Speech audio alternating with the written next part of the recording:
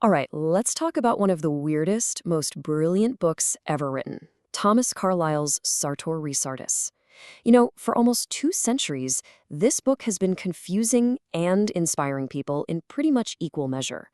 So, what do you say we dive in and try to figure this thing out together? Okay, picture this. It's 1836. This super smart Scottish writer, Thomas Carlyle, he puts out a new book. The title is Sartor Resartus, which, by the way, means the tailor retailored. And what's it about? It's this huge, wild, chaotic philosophy, all about clothes. Yes, clothes. It sounds like a punchline, I know, but this bizarre book ended up shaping a whole generation of thinkers. So that's the big question, right? How in the world did a book that seems to be about fashion become this profound philosophical and literary classic? Well, to unlock that mystery, we've got to look past the strange surface and appreciate the incredibly intricate design he stitched together underneath. First things first, you have to understand that the genius of this book is completely wrapped up in its form. See, Carlyle didn't just write down his philosophy. He built a kind of puzzle box that makes us, the readers, actually work to find the meaning ourselves. So here's the first layer of this puzzle. The book you're holding, it pretends it wasn't written by Thomas Carlyle at all. Instead, it's supposed to be a review by a made-up English editor of a made-up German book called Clothes, Their Origin and Influence. And who wrote that book? Another made-up character, this completely bonkers professor named Diogenes Teufelsdrockh. It's a book about a book that doesn't even exist. And this, right here, is the key that unlocks the whole thing. We have to stop trying to peel away the fiction to find the real philosophy hidden inside. As literary critics have pointed out, you have to treat this not as some lecture, but as a masterpiece of imaginative fiction. Why? Because in Sartor Resartus, the story is the philosophy. Okay, so what exactly is this philosophy that Carlyle wrapped up in so many layers? Let's unpack the first big idea you need to get: the brilliantly strange philosophy of clothes. Carlyle's idea, which he gives to his fictional professor, is just breathtaking. It's huge. He basically says that everything we see, the entire physical world, isn't the real reality. It's just an outer garment, a kind of clothing for a much deeper spiritual essence underneath it all.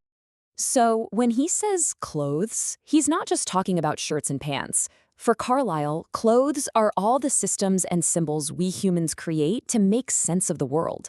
They're the visible, physical structures we wrap around invisible, spiritual truths.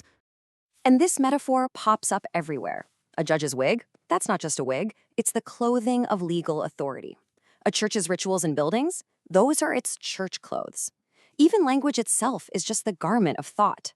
In Carlyle's world, our entire society is just one massive, complicated wardrobe that we've been weaving for centuries. But here's the thing.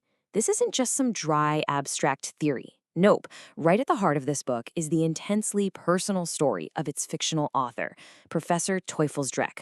And his harrowing spiritual journey is really a new kind of hero's journey for the modern world. Teufelsdrock's whole journey happens in 3 big stages. First, he hits absolute rock bottom in what he calls the everlasting no. This is total despair, where the universe just feels like a dead, meaningless machine. Then he drifts into the center of indifference, this kind of numb, detached state where he starts looking outside of his own misery. And finally, he reaches the everlasting yay, this powerful, triumphant acceptance of life, not through happiness, but through duty and hard work. And this is the amazing conclusion to his spiritual crisis.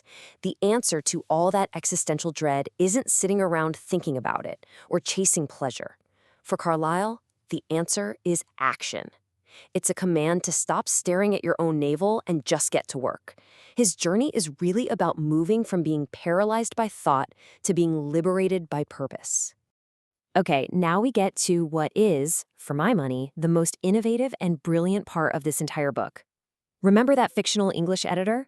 Well, he's not just some throwaway character. He's absolutely crucial because he's the one who turns us, the reader, into an active participant in this whole search for meaning. Let's just break this down for a second. At the very top, you've got the real guy, Thomas Carlyle. He invents a fictional editor who's trying to understand the writings of a second fictional character, Professor Teufelsdrockh. And that character's work is itself a fictional book. It's like a set of Russian nesting dolls. Each layer filters and messes with the one inside it, so there's never one single trustworthy voice telling you what to think. The editor? He's basically us. He's our stand-in. He's always complaining about how confusing and messy Teufelsdreck's writing is. He doubts things, he asks questions, he gets totally frustrated. And by voicing all the confusion we might be feeling, he actually guides us through it, showing us that the struggle itself is part of the whole point. So what's the big deal with all this weirdness? Well, it matters because this strange layered book is standing right at a major turning point in history. It's literally a bridge connecting the world of the Romantics to the brand new Victorian era. You see, Teufelsdreck's whole spiritual journey, that intense focus on the self, that personal breakthrough, that's pure Romanticism. But the world he's living in, and the way the editor questions everything with so much doubt, that's totally Victorian. The book takes the Romantic idea of finding yourself, but filters it through this new skeptical lens where the world feels hostile and your main job is your duty to society. Yeah, a critic named George Levine just nailed it. He said Sartor Resartus takes that triumphant, self-confident spirit of the Romantics and injects it with a new urgent feeling, desperation.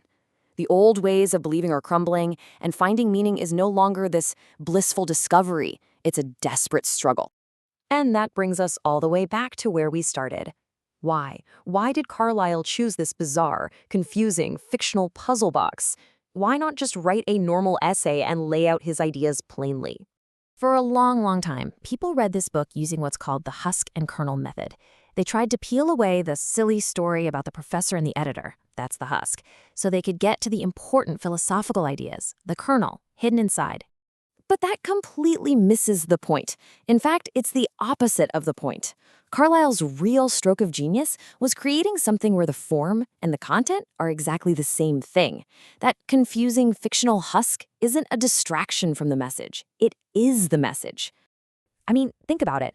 If he wrote a normal essay, it would have presented his ideas as the final absolute truth. But his whole point is that all systems of thought, even his own, are just clothes. They're constructs, not the ultimate reality. So by writing this wild fiction that constantly doubts itself, he forces us to do the messy, difficult, but totally essential work of creating meaning for ourselves. The book actually performs its own philosophy right in front of you. And so, Sartor Resartus leaves us with this really provocative question, one that's just as relevant today as it was back in 1836. If all of our social systems, our political ideologies, our beliefs about the world, if they're all just garments we've woven to make sense of everything, what are the clothes we're wearing today? And more importantly, what lies underneath?